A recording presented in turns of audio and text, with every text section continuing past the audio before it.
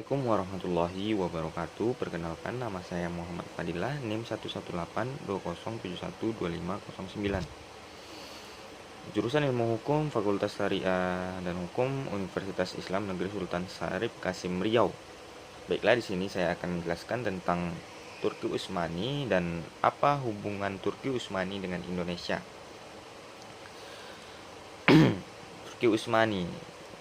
Pendiri Kesultanan Turki Utsmani adalah Utsman Bey dari suku Turki pada 1299 sampai 1326 Masehi. Saat itu pemerintahnya masih berbentuk kekaisaran. Sebagai kekaisaran kecil dalam upaya memperluas dukungan, sang kaisar sengaja memindahkan ibu kota agar pengaruhnya bisa kian meluas. Semula di Sogod, lalu pindah ke Bursa, Adrianopel, hingga akhirnya menetapkan Konstantinopel sebagai ibu kota. Nama Konstantinopel ibu kota Bizantium kemudian berubah menjadi Istanbul. Wilayah Konstantinopel pada mulanya berupa bagian dari kekuasaan Kekaisaran Romawi atau Bizantium.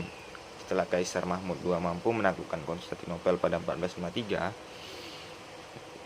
sejak itu pula bentuk kekaisaran berubah menjadi kesultanan. Negara-negara Eropa menyebutkan sebagai Kekaisaran Ottoman atau dinasti Turki Utsmani.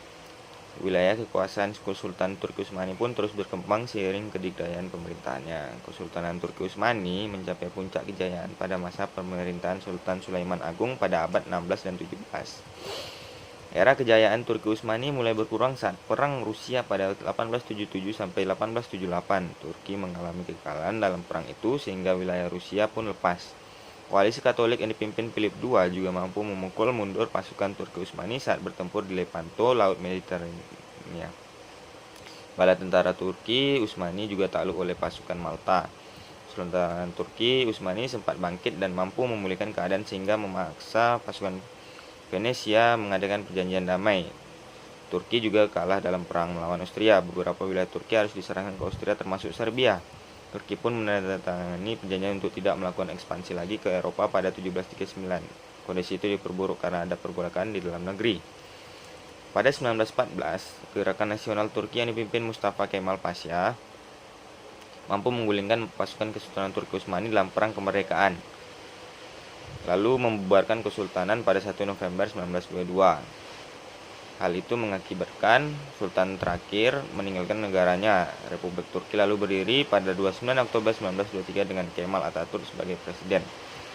Praktis, keputusan berdirinya republik itu mengakhiri masa kesultanan atau kekhalifan di Turki. Kemal Atatürk juga membuarkan kekhalifan Turki Utsmani pada 3 Maret 1924. Sejak itu pula ibu kota Turki berpindah dari Istanbul ke Ankara.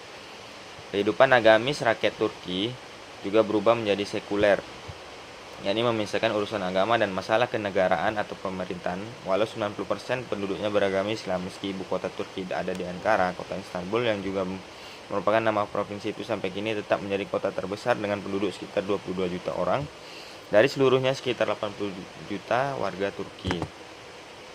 Selanjutnya yaitu apa hubungan Indonesia dengan Turki Utsmani, yaitu ada hubungan diplomatik antara Indonesia dengan Turki pada umumnya penting karena sama-sama merupakan negara dengan penduduk mayoritas muslim juga demokrasi modern. Indonesia memiliki duta besar di Ankara dan Turki mempunyai duta besar di Jakarta dan konsulat kehormatan di Medan sejak Mei 1996.